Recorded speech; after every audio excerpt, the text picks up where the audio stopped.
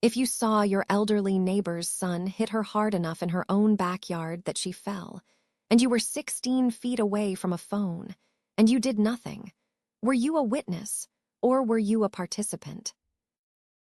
Eunice lived in the house across the side yard from ours. She was 84. She had been on her block for 51 years.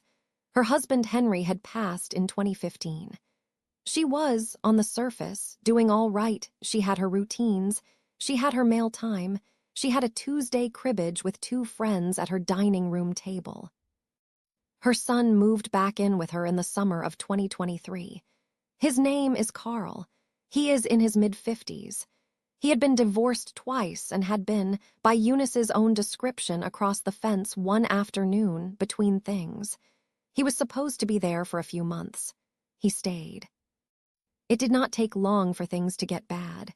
Carl drank, and he drank more once he was at his mother's. The trash schedule slipped. The yard slipped. Eunice's friends stopped coming over. She mentioned to me twice in the fall, in passing, that she was glad he was home, but it was a lot. On a Saturday in early October, I was at my kitchen sink. The kitchen window looks across our side yard to Eunice's backyard. I was washing pans from breakfast. It was around 2 in the afternoon. Eunice was in her backyard putting bird seed in the feeder. Carl came out the back door. He was already shouting. I could not make out the words. He walked across the lawn to her. He said something to her face. She said something back.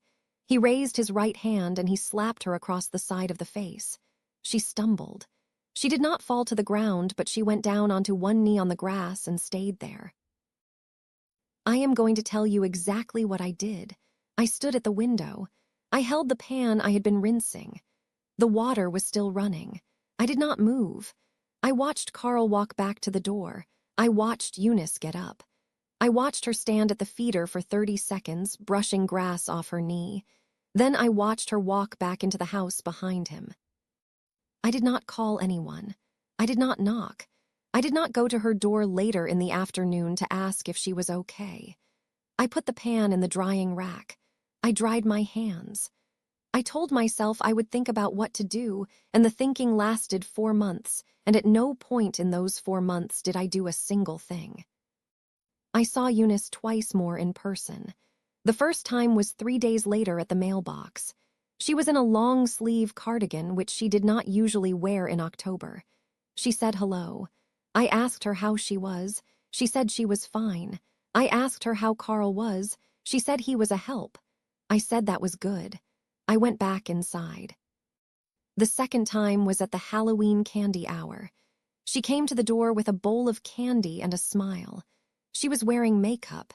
She had put more powder under her left eye than her right. I gave her a wave from the sidewalk. I did not go up to the door. I went home. Eunice died on a Tuesday in February. The doctor called it a stroke. There was no autopsy. Carl held a memorial at the house. I attended. I brought a casserole. I shook his hand. I told him I was so sorry. I went home and I sat on my couch and I did not cry because I did not have access to crying about this, because Eunice had been my neighbor for 18 years and I had stood at a sink in October and I had not moved. The house went to Carl. He sold it the next year and he moved. I do not know where he moved to. I did not look it up. I tell myself a stroke is a stroke. I tell myself a slap in October does not cause a stroke in February. The doctor did not put the two next to each other.